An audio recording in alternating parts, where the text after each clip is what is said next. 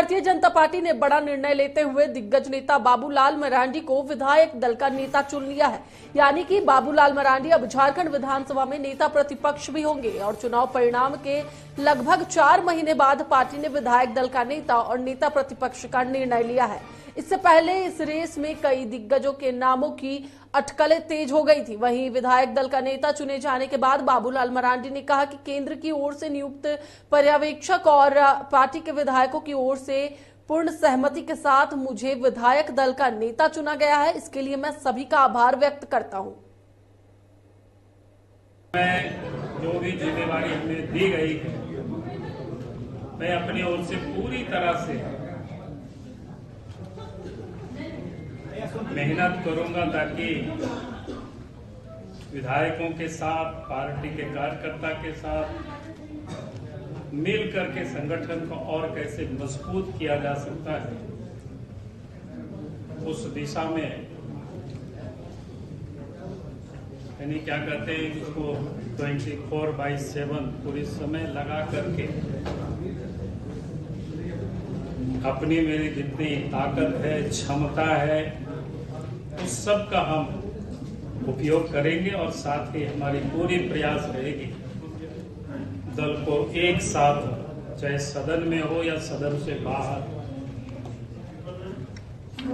उसका। इसी पर अधिक जानकारी के लिए हमारे साथ हमारे सहयोगी राहुल जुड़े हुए हैं, उनसे बात करेंगे। राहुल, अब चुनाव परिणाम आने के 4 महीने के बाद भारतीय जनता पार्टी ने अपना नेता प्रतिपक्ष चुन लिया है, क्या है पूरी जानकारी?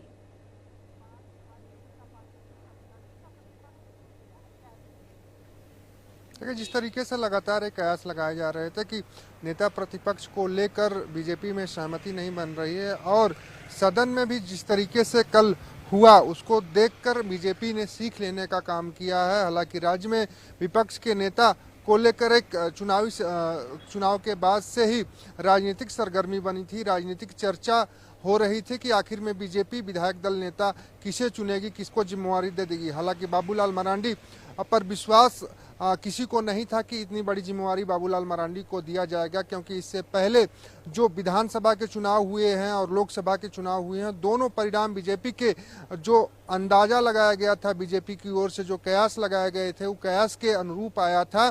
तो परिणाम विपरीत आने के बाद भी एक बार केंद्रीय नेतृत्व ने बाबूलाल मरांडी पर भरोसा जताया। हालांकि इन भरोसों पर बाबूलाल मरांडी कितना खरा उतरेंगे, लेकिन एक तरह से हमें कह सकते हैं कि जो राजनीतिक कयास, राजनीतिक सरगर्मी थी नेता प्रतिपक्ष को लेकर, विधायक दल के नेता को लेकर, अब उस पर पूर्ण रूप से विराम लगता लग गया है और बाबूलाल मरांडी को अब नेता प्रतिपक्ष के रूप में चुन लिया गया है, विधायक दल के नेता के रूप में चुने। तो एक तरह से हम कह सकते हैं कि बड़ा जिम्मेवारी दी गई है। बड़ी जिम्मेवारी के साथ साथ अब प्रदेश अध्यक्ष भी हैं बाबूलाल मरांडी और उन्हें नेता प्रतिपक्ष और उन्हें विधायक दल का नेता भी चुना गया। तो हम कह सकते हैं कि जिम्मेवारी बड़ी है और इस जिम्मेवारी को कैसे बाबूलाल मरांडी निभा पाएंगे ये तो वक्त तय करेगा। लेकिन अब सदन में विपक्ष के नेता के रूप में बाबूलाल मरांडी विपक्ष की बातें रखेंगे, राज्य की तमाम मुद्दों की बातें रखेंगे और अब देखना होगा कि सदन में किस तरीके से बीजेपी अपना अगला रुख और अगला कदम अपनाती है।